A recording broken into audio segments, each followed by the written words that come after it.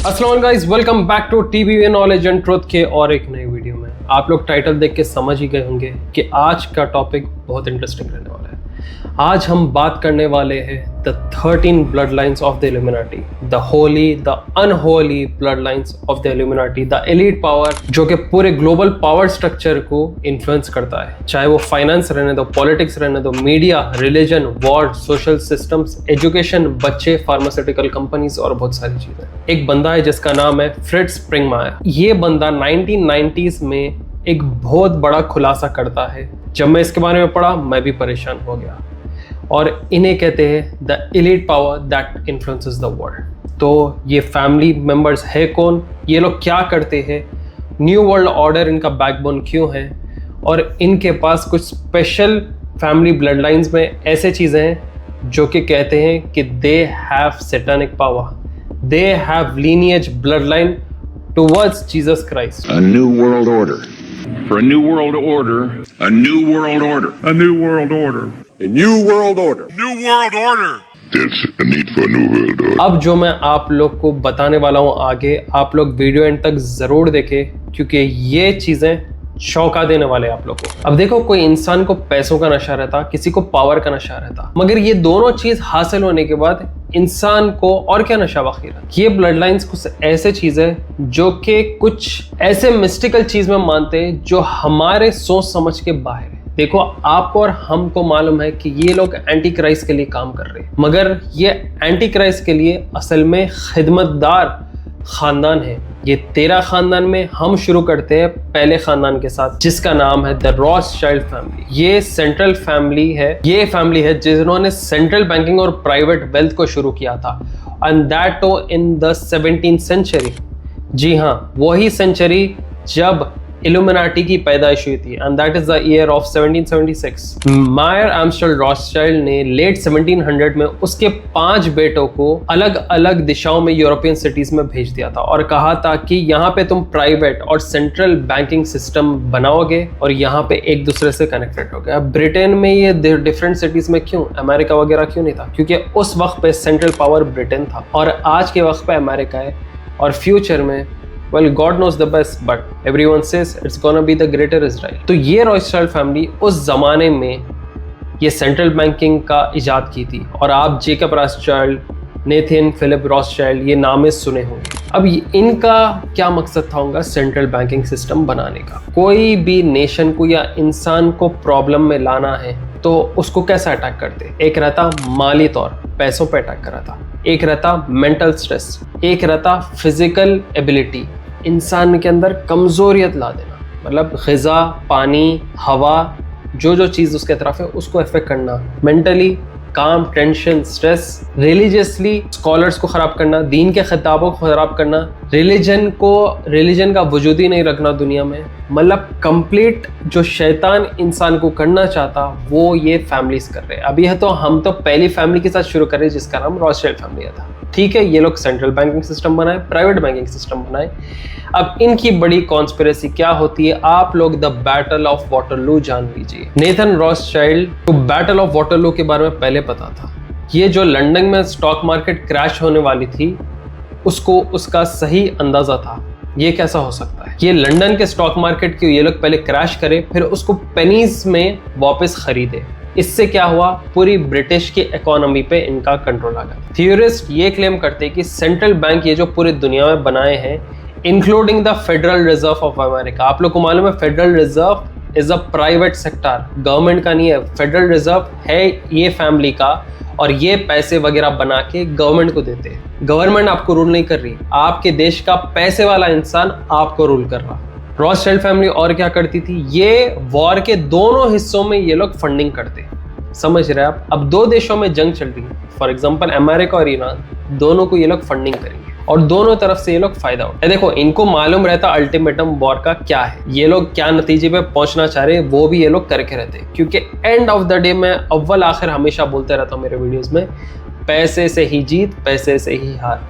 जो इंसान ईमान पे रहा उसकी कहानी कुछ अलग रहती है। देखो, एक आप लोग को शॉर्टकट चीज बोलता हूँ, दज्जाल के फितरों में से ये क्या है, ये ना सिस्टम पे 100, 200, 300, 400 साल ये लोग काम करते रहते हैं। मतलब एक ऐसा सिस्टम बनाओ और उसको लेके चलो दुनिया में कि अगर वो कल के दिन क्रैश हो जाए तो इंसान पैरों पर गिर जाए। और इंसान जब पैरों पर गिर जाता तो वो हर चीज करने तैयार रहता। क्यों? खाने के लिए, पीने के लिए, उसकी फैमिली को चलाने। और जब इंसान अपने हाथों के बल जमीन पे गिरा हुआ रहेगा, जब दज्जाल आके बोलेगा कि तुम्हारे को क्या चाहिए, खाने को खाना चाहिए, अनाज चाहिए, पानी चाहिए, मेरी बात सुन लो और मैं तुम्हारे को दे दूंगा।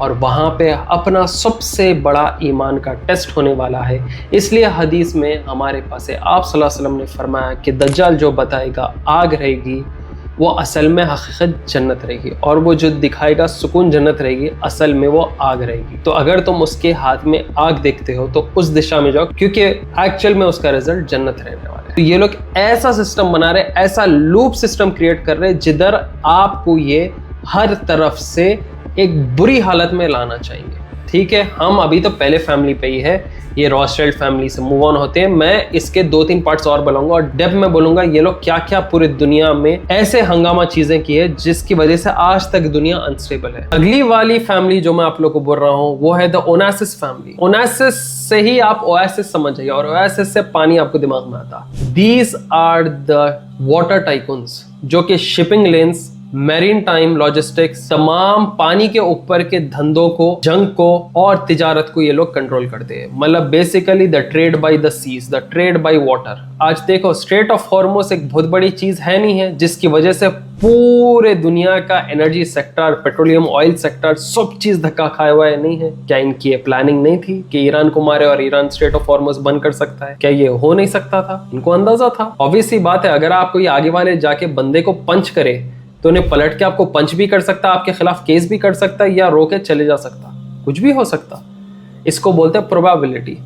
Is one of the controversial और influential family not only on water, बल्कि ये लोग के फैमिली में भी पॉलिटिकल फिगर्स है। कैनेडी के फैमिली में भी शादी करे ताकि जो एफ कैनेडी एक वक्त पे प्रेसिडेंट था, उसकी फैमिली में क्या चल रहा है और उन्हें ऑब्जेक्टिव्स को पूरा कर रहा है या नहीं, वो जानने के लोग फैमिली में शादी करें। इसलिए एक वीडियो बहुत मशहूर हुई थी। देखो, बारक ओबामा जैसा दिखता वैसी क्वीन ऑफ एलिजाबेथ की वैसी शक्ल है, वैसी जॉर्ज बुश की शक्ल है, क्योंकि दीज आर ऑल कजन्स। ये जो बड़े बड़े एलीट फैमिली के मेंबर्स और पॉलिटिकल हेड्स है, ये लोग कजन्स है। ये लोग, आप लोग बिलीव नहीं कर रहे मेरी बात। अच्छा, शिप्स के जरिए ये लोग चाहे तो अच्छा ट्रेड कर सकते हैं, मगर इंसान जिंदा रहे तो कैसा? अच्छी खुशहाली में चलिए तो कैसा? लोग मरना जरूरी ना। आबादी ज्यादा बढ़ गई तो लोगों को कंट्रोल करना मुश्किल है, और ज्यादा आबादी बढ़ गई, परेशानी हो गई तो वो लोग खुदा की तरफ पलट जाते हैं। पहली चीज, खुदा की तरफ पलटना नहीं है, आबादी कम रही तो कंट्रोल करना आसान रहता। अच्छा, ओनासिस फैमिली का और एक वाक़या ये भी है कि हिटली बाबा के दौरान, जब हिटली बाबा का देश पूरे वॉर करते वक्त पानी के ऊपर जिस के शिप्स मार रहा था, वो सबके शिप्स बर्बाद हो रहे थे एक्सेप्ट फॉर ओनासिस फैमिली। क्यों? क्योंकि Onassis family was funding Hitler बाबा। Onassis family is part of the royal blood line of the Illuminati. अब आप लोग बोल रहे होंगे भाई हिटली को क्यों ये लोग फंडिंग करे? मैं फिर से बोल रहा हूँ, हिटली वाला बहाना नहीं रहता तो फलस्तीन में इजराइल को जगह नहीं मिल सकती। मासूम यहूदियों को, मजलूम यहूदियों को दुनिया में जगह होना था पनाह के लिए, क्योंकि हिटली बाबा पूरे यहूदियों को मार रहे। अब जब हिटली बाबा राक्षस है पूरे दुनिया के और वो पूरे यहूदियों को मार रहे थे, तो बेचारी ये मजलूम यहूदियां कहाँ जाएंगे? उनको एक छोटी सी जगह पूरी दुनिया में कहीं पे भी नहीं, फलस्तीन में होना। और फलस्तीन में शिप के जरिए ये मजलूम यहूदियाँ आने के बाद आज स्टेट ऑफ इसराइल बन गया और ये फलस्तीनियों के खिलाफ है। And this is how the start of state of Israel started. ये कहते हैं reclaiming back their promise land. कुछ प्रॉमिस लैंड नहीं है, कुछ रिक्लेम नहीं कर रहे, शैतान की मदद है, दज्जाल की मदद है, पूरे लोगों को भटकाना है। इन लोगों को स्टेट ऑफ इसराइल को सेलेक्ट कर रहे, थर्ड टेम्पल बनाने का इनका इरादा है। यहूदियों को, मुसलमानों को, क्रिश्चियनों को, सब लोगों को इनको भटकाना है एक फेक मसीहा के जरिए। अब देखो, आज के वक्त पे हर किसी को खोज पसंद है कि ये एलीट फैमिलीज कैसा वर्ल्ड को कंट्रोल करते हैं, लाइक रॉथस्चाइल्ड, रॉकफेलर्स रहने दो, कैसा ये सीक्रेटली ग्लोबल सिस्टम को कंट्रोल करना चाहते हैं। मगर अगर देखा गया तो इन सब का एक हिस्टोरिकल इन्फ्लुएंस चलते हुआ है, जिससे आज के टाइम पे ये वर्ल्ड को पार्ट ऑफ इट कंट्रोल तो जरूर कर रहे हैं, चाहे वो बैंकिंग रहने दो, ऑयल रहने दो, या कोई दूसरे बिजनेस के इंडस्ट्रीज। मगर आज के वक्त पे अगर देखा जाए तो हमारी लाइफ क्या चीज से फ्लक्चुएट, वो है हमारा financial profile. As well as कई लोग उनका क्रेडिट स्कोर भी मेंटेन करते हैं। अब आपको एक चीज बताता हूं जो कि बहुत एक्साइटिंग है। पैसा बाजार पे आप अपना क्रेडिट स्कोर फ्री और इंस्टेंटली देख सकते हो कि आप किधर खड़े हो। आपको यहाँ पे डिटेल क्रेडिट रिपोर्ट्स मिलेंगे चारों ब्यूरोस की तरफ से, सिबिल, एक्सपेरियन, एक्विफैक्स, CIRF, हाईमार्क, जो कि इंपॉर्टेंट है कई लोगों के लिए, कई स्कोर्स जानने के लिए। अब आप लोगों को तो मालूम है कई लोग क्रेडिट स्कोर मेंटेन करते हैं फॉरेन ट्रैवल करने के लिए या उनके XYZ रीजंस के लिए। सबसे अच्छी चीज क्रेडिट स्कोर मेंटेन कर लो मगर इंटरेस्ट फ्री रहकर। पैसा बाजार के जरिए आपको रेगुलर मंथली अपडेट्स मिलते रहेंगे, इंस्टेंट नोटिफिकेशंस आपके व्हाट्सएप पे, जिधर आप अपने फुल क्रेडिट रिपोर्ट्स जान सकते हैं। और आपको ये भी चीज बता दूं कि 7 लैंग्वेजेस में ये अवेलेबल है, हिंदी, इंग्लिश, तेलुगु, तमिल, कन्नड़ा, मराठी, बंगाली, जो कि आपके लिए सुपर इजी और एक्सेसिबल बनाता है। अब यहाँ पे आता है असल game changer, credit premier league. बस आप अपने क्रेडिट स्कोर को पैसा बाजार पर चेक करने पे आप ऑटोमेटिकली इनके कॉन्टेस्ट और पार्टिसिपेंट जो कि हाईएस्ट क्रेडिट स्कोर के साथ है वो जीत सकता है up to 1 lakh rupees cash prize, और स्टेट के toppers will win 10,000 rupees each. और तो और अगर आपका state highest overall credit score में आता है तो ईच पार्टिसिपेंट वो स्टेट से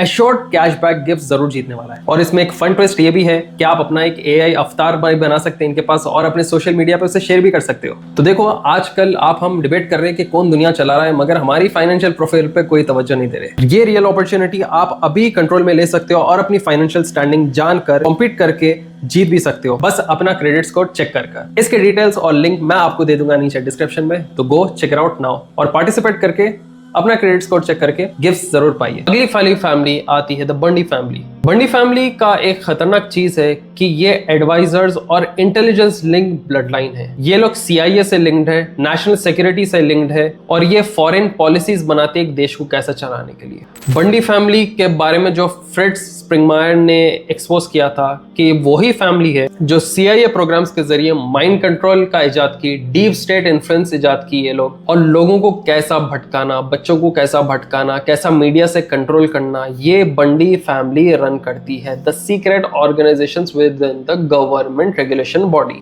अगली फैमिली है the Russell's family. Russell family आप लोग को मालूम है इनका क्या काम है।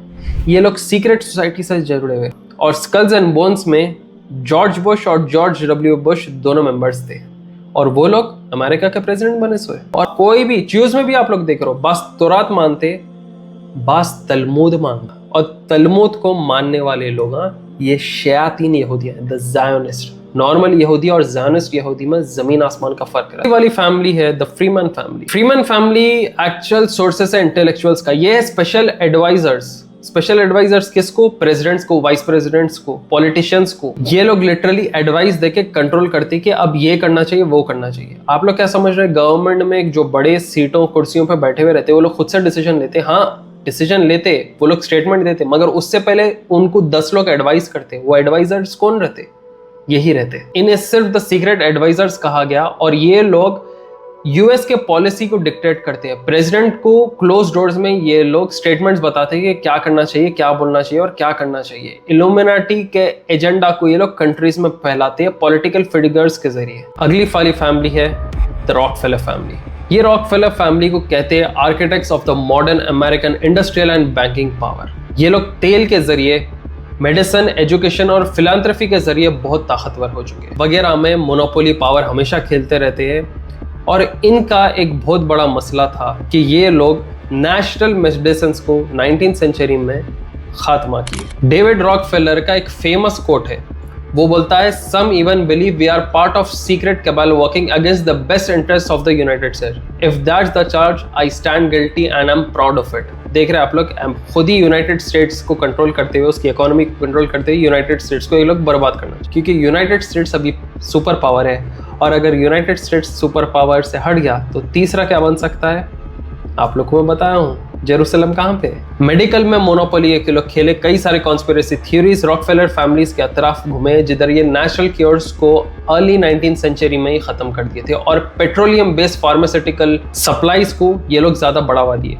तो आजकल के जो बच्चे पैदा हो रहे लेट 19th सेंचुरी में, अर्ली 2000 सेंचुरी, 21st सेंचुरी में, बस आप लोग इमेजिन करिए कैसा दिख रहा है आप लोग को कि आप पैदा होने से पहले ही ऐसे कुछ चीजें इजाद हो गए, ऐसे कोई चीजें पैदा हो गए कि आप उससे छुटकारा पा ही नहीं सक रहे। अब आप देखो आज के जनरेशन जब वो पैदा होता है, नए बच्चे जब पैदा हो रहे हैं, वो लोग मोबाइल फोन्स देख रहे हैं, मगर आप बस इमेजिन करो 20-30 ईयर्स पहले जो बच्चे पैदा होते थे, मोबाइल फोन क्या चीज़ थी मालूम नहीं थी उन लोगों को। तो समझ में आ रहा है आप लोगों को कितने ईयर्स बैक ऑफ प्लानिंग रहती इनके पास। और क्या चीज़ में आप लोग मालूम, 1929 में ये लोग अमेरिकन बैंकिंग सिस्टम को इंटेंशनली ट्रिगर करके क्रैश करें। और हमारे वक्त पे आज जब हम जिंदा है और वो वक्त हम देख चुके हैं, 2008 में अमेरिकन बैंक्स फॉल होने की वजह से इन्फ्लेशन आया था, रिसेशन आया था। अब आप लोग को समझ में आ रहा है ये कि कोई भी चीज सडन फॉल नहीं होती, उसके पीछे प्लानिंग रहती है। और एक चीज़ आप लोग को आगे किस्से बताने से पहले, क्योंकि जो आगे किस्से वो सुनने के बाद लोगों के दिलों में खौफ पैदा होने वाली है, वो खौफ पैदा होने से पहले आप लोग को एक चीज़ बताना चाहता हूँ। कोई भी चीज़ जो दुनिया में होती है वो खुदा के परमिशन के बिना नहीं होती। अगर ये हमें नुकसान पहुंचा रहे हो तो ये हमारे लिए आजमाइश है, क्योंकि दुनिया में हम आए हैं इबादत के लिए और आजमाइश को पार करने के लिए। हमारे लिए टेस्ट है। द दुनिया इज नथिंग बट टेस्ट। अगली वाली फैमिली आती है द एस्टर फैमिली। इन्हें द लैंडलॉर्ड्स ऑफ न्यूयॉर्क कहा जाता था। ये one of the early wealth builder थे और इनकी जो फीमेल फैमिली मेंबर थी Nancy Astor was the first woman to sit in British House of Commons. मतलब पहले पैसे वाले होते फिर पॉलिटिक्स में जम करके बड़ी बड़ी कुर्सी हासिल करते। अच्छा, एस्टर फैमिली में से एक बहुत बड़ी कंट्रोवर्सी शुरू हुई थी। एक इनके फैमिली मेंबर का नाम था जॉन जेकब एस्टर फोर और ये मर गया था टाइटैनिक। अब टाइटैनिक शिप में ये बंदा क्यों मरा होगा वो आप सोचो। थ्योरीज के हिसाब से ये बताया जाता है कि John Jacob Astor for Federal Reserve के क्रिएशन के खिलाफ था। जो आज फेडरल रिजर्व जिसके पास हाईएस्ट रिजर्व ऑफ गोल्ड है पूरे दुनिया का, वो फेडरल रिजर्व का इजाद नहीं होने दे रहा था, वो खिलाफ था। ये फैमिली मेंबर रखे तो खुद के फैमिली मेंबर को ये लोग उड़ा दिए और ऐसे बहुत सारे लोगों को उड़ाए। आगे कैनेडी फैमिली है, जॉन एफ कैनेडी को भी उड़ाए, सो है आप लोग भी मालूम है ये बात। एस्टर फैमिली से टाइटैनिक का मसला मालूम हुआ और तो और एस्टर फैमिली एजुकेशन इंस्टीट्यूशंस में इन्फिल्ट्रेशन ये लोग करते रहते हैं। एजुकेशन इंस्टीट्यूशंस में इन्फिल्ट्रेशन कैसा, मैं आप लोग को बोलता हूँ हमेशा मेरे वीडियोस में कि एजुकेशन में जो किताबें हैं, जो स्टोरी, जो हिस्ट्री हमारे को बताई जाती, क्या वो एक्चुअल सही है या हम वो पढ़कर पास होने के बाद हमारे को हकीकत मालूम थी। एजुकेशन इंस्टीट्यूशन में वो ही शिट चीज पढ़ाई जाती है जो कि आप बड़े होने के बाद आपके दिमाग में रहती है। मैं ये नहीं बोल रहा हूँ कि एजुकेशन इज ऑल डर्टी, मगर एजुकेशन में जो हिस्ट्री, जो चीजें आपके दिमाग में फोर्सफुली फीड करी जाती है वो कुछ भी नहीं है, इनके प्रेजेस है। जब आप ब्रिटेन इंडिया पे रूल कर रहा था तो हमारे पास किताबों में प्रेज द लॉर्ड, चीफ, ऐसे वर्ड्स क्यों इस्तेमाल होते थे? भाई वो ब्रिटिशर हमारे ऊपर रूल करा, उसको इतने रेस्पेक्ट के साथ किताब में क्यों बताया जा रहा है? बहुत ताजुब सी बात है। एजुकेशन इंस्टीट्यूशंस के तरफ ब्रेन वॉश करते हैं यंग बच्चों को किताबों के जरिए, ताकि जो फ्यूचर रहेगा वो एक ब्रेन वॉश यूथ रहेगा और वो ब्रेन वॉश यूथ इनका वन वर्ल्ड गवर्नमेंट फ्यूचर में जाके सपोर्ट करेगा। ये इनका आइडिया और एजेंडा है। और ये कौन सी? ये एस्टर फैमिली की बात कर रहा हूँ। रॉकफेलर, रॉथस्चाइल्ड उनके किस्से अलग, डू पॉइंट फैमिली उनके किस्से अलग, ये एस्टर फैमिली कर रही है। हर फैमिली एक एक सेगमेंट पकड़ के वो लोग अलग अलग तरीके से काम कर रहे हैं। The 13 royal blood lines of the illuminati पूरे दुनिया में फैल के अलग अलग चीज़ों पे काम करके हमारी वाट लगाने बैठे हुए। एक चीज़ बोलो, इंसान की काबिलियत इतनी नहीं रहती। 101% इनको शैतान की मदद है, इनको दज्जाल की मदद है। वो मैं क्यों बोल रहा हूँ? दज्जाल नहीं है भाई यहाँ पे। अगर दज्जाल नहीं है दुनिया में तो तमीम अद-दारी रज़ी ताला अन्हु जब आप बोर्ड पे भटक गए थे तो आप कहाँ पे गए थे? दज्जाल जब चेन पे था, दज्जाल चेन पे कहाँ पे था? आप तमीम अद-दारी रज़ी ताला अन्हु आके आप सल्लल्लाहु अलैहि वसल्लम को वाक़े सुनाते और आप सल्लल्लाहु अलैहि वसल्लम बोलते वो हकीकत है। जब तमीम अद-दारी रज़ी ताला अन्हु मिल सके दज्जाल से तो दज्जाल दुनिया में नहीं आ सकता। कॉमन सेंस यूज़ कीजिए आप लोग। ये इंसान की काबिलियत के खिलाफ है जो ये लोग इतने सारी चीज़ें कर रहे हैं। Years on years of planning भी रहने का इंसान की काबिलियत इतनी नहीं रहती फिजिकली मेंटली। इनको 101% शैतान और दज्जाल की मदद है और ये पॉइंट मैं आप लोगों को आगे स्टैट्स के साथ प्रूफ करूंगा। जब हम 5-6 साल पहले ये चीज़ें बोलते थे तो लोग मजाक उड़ाया करते थे, हंसते थे, बोलते थे भाई ये फिक्शनल स्टोरीज है। मगर जब एप्स्टीन फाइल का खुलासा हुआ तो लोग मानना शुरू, हाँ भाई बच्चों को काटना, खाना, पीना, ये तो मैं एक मस्जिद में खुतबे के दौरान सुना। Coming back to the point, अगली वाली फैमिली जो आपको लोगों को बोल रहा हूँ वो है द डू पॉइंट फैमिली। ये इंडस्ट्रियल एरिया और केमिकल डायनेस्टी से रिलेटेड है। Gun powder, plastic, large scale corporate influence इन लोग का है। इनके फैमिली में से कई सारे पॉलिटिकल फिगर्स भी बन चुके हैं जो कई कंट्रीज को चलाते हैं। इनके अतराफ कंट्रोवर्सीज क्या थे? इन्हें द मर्चेंट्स ऑफ डेथ कहा गया। मर्चेंट्स ऑफ डेथ क्यों? इन लोग को मौत का ताजर कहा जा रहा क्योंकि ये लोग वॉर के जरिए प्रॉफिट होते हैं, गन्स वगैरह, मिसाइल्स सब बेच के। एनवायरनमेंट में ये लोग बर्बादी लाते हैं। अब आप लोग देखो, WHO फार्मास्यूटिकल्स का काम कर रहा बोलते हैं, एनवायरमेंटलिस्ट जो है एनवायरनमेंट को अच्छी करने की बात करते हैं। बिली बाबा भी यही बात करते थे, वो कुत्ते के बच्चे जो है उन्होंने माइक्रोसॉफ्ट से हटके उन्होंने एकदम फिलांथ्रफी बोले, फिलांथ्रफी के जरिए वैक्सीनेशन की बात कर दी, वैक्सीनेशन के जरिए बच्चों की मौत हो गई आंध्र प्रदेश में। अगर मैं झूठ बोल रहा हूँ तो खुद आप लोग सर्च करके देख। केमिकल एनवायरमेंटल इंडस्ट्री के जरिए ये लोग कई सारे मसले मसाइल दुनिया में पैदा कर चुके। 1930 में डू पॉइंट की family was the first and the foremost lobby to criminalize marijuana. और वर्ल्ड वॉर 2 में ये लोग जंग के जरिए दुनिया का पैसा कमाए बेइंतहा सप्लाई देकर। समझ रहे हैं आप लोग? जहर वगैरह फैलाना एनवायरनमेंट में, chemical engineering industry, gun powder बनाना, वॉर में सप्लाई करना, उससे पैसे कमाना, ये इंसानियत है इन लोग में? आप बोलो। अब ये लोग क्यों कर रहे होंगे? हर फैमिली आप देखो कहीं ना कहीं नुकसान पहुंचा रही। क्यों पहुंचा रही होंगी? क्योंकि ये लोग डीपॉपुलेशन में बिलीव करते हैं। Depopulation is one of the biggest agendas of new world order. और आप लोग को याद है यूएस में एक गाइड स्टोन्स बोल के एक बने हुए थे, वो गाइड स्टोन्स बाद में गायब हो गए। वो गाइड स्टोन्स में से एक पॉइंट था डीपॉपुलेशन का। अगर आप लोग गाइड स्टोन्स वाली वीडियो नहीं देखे तो टीबीवी नॉलेज एंड ट्रुथ पे आप लोग चेकआउट करें, इल्यूमिनाटी स्टोन्स गॉट डिस्ट्रॉयड। ये एक वीडियो है उससे रिलेटेड, और the mysterious guide stones of Georgia, ये भी आप लोग कैसे भी चेकआउट करें। वो गाइड स्टोन के अंदर एक पॉइंट रहता डीपॉपुलेशन का, the agenda of the new world order. अब समझ में आ रहा है आप लोग को? जंग दोनों साइड फंडिंग करो, मार डालो इनको, फार्मास्यूटिकल कंपनीज को बर्बाद करो, कंट्रोल करो, फाइनेंसेस को कंट्रोल करो, इंसान को माली तौर से मारो। बहरहाल coming to the next blood line of the Illuminati, ये है कैनेडी की फैमिली। अब देखो कैनेडी, आप लोग को नाम बोलते कि आप लोग को एफ कैनेडी आता, जूनियर कैनेडी आता, कैरोलाइन कैनेडी आता, कई सारे पॉलिटिकल फिगर्स आप देखेंगे, क्योंकि इनकी मेन ब्लड लाइन ये वाली जो फैमिली की है, दिस इज इनटू पॉलिटिक्स। इनके पूरे हाई प्रोफाइल ट्रेजेडीज है, high profile elite political arms है इनके, फिगर्स हैं इनके, और मेजरली मेयर्स, पॉलिटिशियंस, डिप्लोमेट्स इनकी फैमिली से है। ये मेजरली यूनाइटेड स्टेट्स का पॉलिटिकल सिस्टम ओन करते थे, और इनकी औलाद, पोतरे, भांजा भांजी अभी भी है पॉलिटिकल सिनेरियो में। बस इतना है, देखो जब इन लोग के एजेंडा के खिलाफ कोई इनकी फैमिली के मेंबर अगर काम नहीं करने देते तो ये लोग खत्म कर देते, जो कि जॉन एफ कैनेडी के साथ हुआ था। JFK की सीक्रेट सोसाइटीज वाली स्पीच फेडरल रिजर्व के खिलाफ थी। और मैं आप लोग को क्या बोला? फेडरल रिजर्व, इनके बैंकिंग सिस्टम और इनका gold reserve storage federal reserve में है, उसको धक्का पड़ रहा बोल के इन सबको मारे, एस्टर फैमिली के मेंबर को मारे, एफ कैनेडी को उड़ा दिए ये लोग। और ये लोग उसको टाइटल देते हैं the ritualistic clean up operations by the elite. इनका जो ये पूरा एजेंडा ये हर तरफ से चल रहा है, एक रिचुअलिस्टिक एरा है, ये रिचुअलिस्टिक सीरीज है जिसको अगर कोई डिस्टर्ब करे तो उनका खात्मा। अब ये जो ईरान के साथ जंग चल रही, ये जो इजराइल में मस्जिद अल-अक्सा के कंपाउंड को बंद करना, ये भी रिचुअलिस्टिक का हिस्सा। थ्योरिस्ट था फ्रिट्ज स्प्रिंगमायर, ये खुला बोला कि ये जो एलीट वर्ल्ड कंट्रोल करना चाह रहे, ये satanic 13 blood lines, this is nothing but a ritualistic war जो कि ह्यूमन को स्पिरिचुअली, रिलीजियसली और मेंटली मार रहा है। ये बहुत जानने की जरूरत है, मतलब जहनी तौर से, जिस्मानी तौर से और रूहानी तौर से बर्बाद कर रहे हैं इंसानों को। अगली वाली फैमिली है द ली फैमिली। ये ली फैमिली आप लोग शॉक होंगे, चाइनीज फैमिली की तरफ आती है। अब अमेरिका और चाइना लड़ते रहते और हम बेवकूफ़ बनते रहते, बल्कि एशिया की one of the top most, the number 1 controlling family of Asia is the Lee family. ये ब्रिज है एशिया में और वेस्टर्न सीक्रेट सोसाइटीज में, जो कि एशिया के पूरे फाइनेंशियल सिस्टम को संभालते हैं।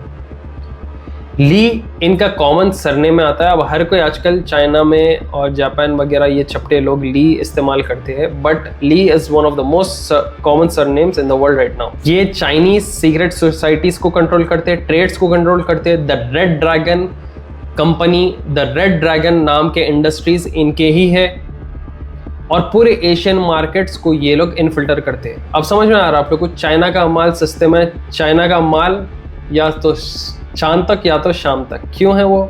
और इंडिया में इतनी कैपेसिटी रहने के बाद भी हमारे पास चाइना का माल मिलता, क्यों मिलता? क्योंकि वो लोग मार्केट ऐसी बनाती है। अच्छा एक चीज़ बोलना था, अमेरिका चाइना लड़ते रहते, बहरहाल जो भी है, कोविड में पूरे देश बर्बाद हुए सिवाय चाइना के। और फिर कॉन्स्पिरेसी थियरिस्ट ये क्लेम कर रहे थे कि चाइना से ही कोविड बाहर निकला था। तो जो देश से कोविड बाहर निकला वो देश बर्बाद नहीं होगी, पूरी दुनिया बर्बाद होगी।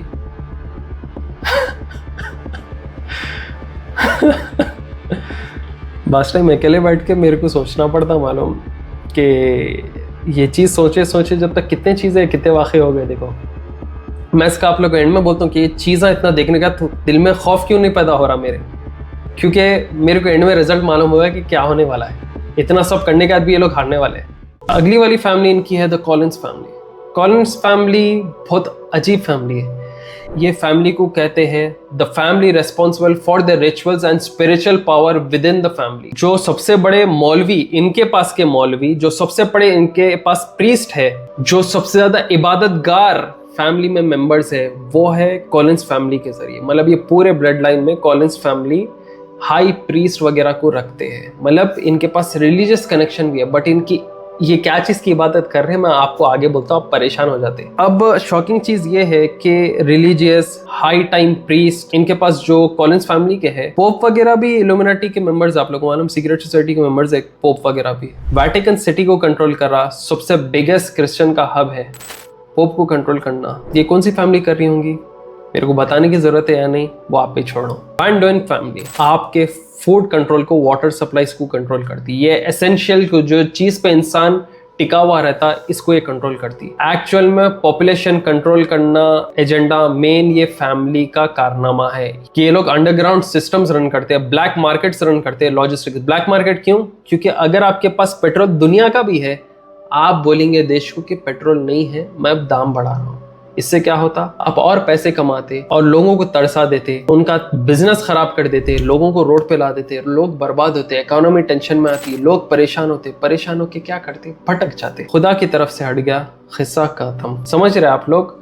पूरा ऐसा एक सिस्टम बना दो जो कि आपका सिस्टम हिला के रख देना। ये क्या है? ये अंदरूनी काम करने वाले इंटरनल फैमिली है, क्रिएट की है for the new world order. क्योंकि न्यू वर्ल्ड ऑर्डर में पॉपुलेशन कंट्रोल एक एजेंडा है, कंट्रोलिंग फूड सप्लाईज, वाटर और essential resources. A new world order. For a new world order, a new world order. A new world order. A new world order. New world order. There's a need for a new world order. और ये same चीज हमारे हदीस में बताई गई कि दज्जाल भी यही करेगा।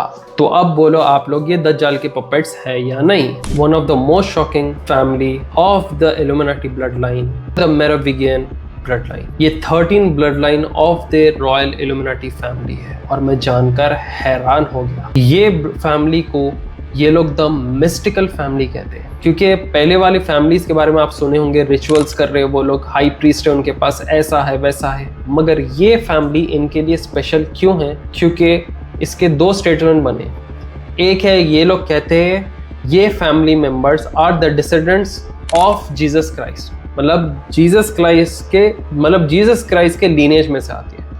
और दूसरी तरफ से थ्योरिस्ट ये भी बोलते हैं कि they have the direct lineage from the Satan's himself, मतलब शैतान की लीनियज और जीसस क्राइस्ट की लीनियज दोनों की इनके पास। अगर जीसस क्राइस्ट की लीनियज है तो शैतान की क्यों लीनियज है इनके पास? मतलब वो खानदान इनका क्यों चलते हुए आ रहा? ये फैमिली के अंदर ऐसा क्या है जो दूसरे फैमिलीज में नहीं है? ये फैमिली के अंदर कुछ ऐसा स्पेशल खून है जो कि इनकी फैमिली को स्पेशली पावरफुल बनाता है और पुराने मिस्टिकल चीज़ों से जोड़ के रखता है। देखो दज्जाल जब आएगा तो वो सडन नहीं आ रहा, वो कुछ वक्त लेके कुछ तरीके से आगे आएगा।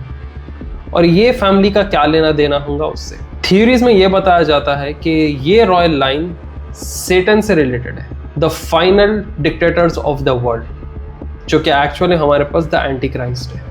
मतलब ये जो पूरे फैमिलीज मदद कर रही है, ये असल ये मेन फैमिली के लिए खिदमत की जा रही है। और ये फैमिली रिलीजियसली एक्टिव है। क्या रिलीजन में मान रहे ये लोग?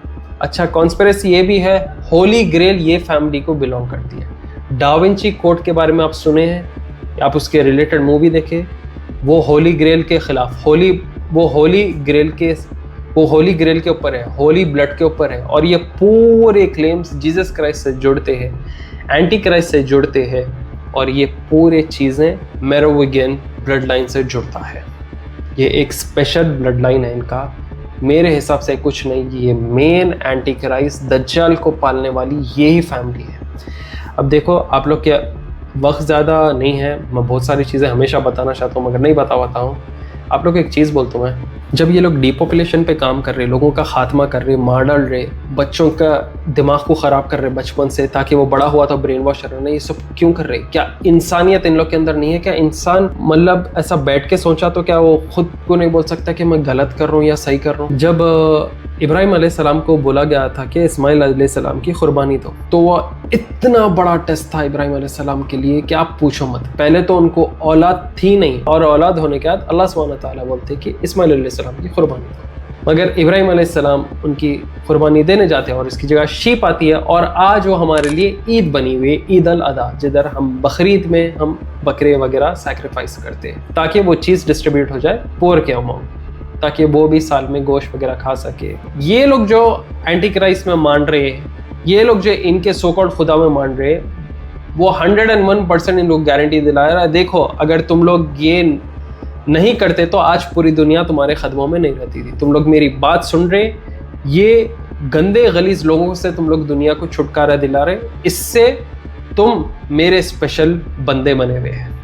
और ये स्पेशल बंदे, ये शैतानी के पुतले, ये शैतान के पुजारी, तेरा blood line of the illuminati खिदमत कुछ भी नहीं दज्जाल को और शैतान को कर रही है। लोग सिंपल वे से मैं आप लोग को समझा रहा हूँ, फाइनेंस, इंडस्ट्री, पॉलिटिक्स, तमाम चीज़ों को ये लोग कैसा कर रहे हैं। पहले दुनिया में एक सिस्टम बनाओ, फिर सिस्टम को कंट्रोल करो, सिस्टम को कोलैप्स करो, आपको बर्बाद करो, आप बर्बाद। देखो ये आज के लिए बस इतना ही काफ़ी है। होप आप लोग को वीडियो पसंद आया। मैं अभी 13 blood lines of the illuminati के बारे में मोटा मोटा हिसाब बताया हूँ, मगर इनके रियल कंट्रोवर्सीज और क्या ये ब्लड लाइन फैमिली एक्चुअल में नुकसान पहुंचाई पूरी दुनिया में, एक एक फैमिली को एक्सपोज करूंगा मैं आप लोग के आगे। और ये जो थ्योरिस्ट इनके बारे में बताया था वो कहाँ से आया था और वो क्या करा था और उसके साथ क्या जुल्म हुआ, वो भी आप लोग को अगले वीडियो में ज़रूर बताऊंगा। तो होप आप लोग को वीडियो पसंद आया हो।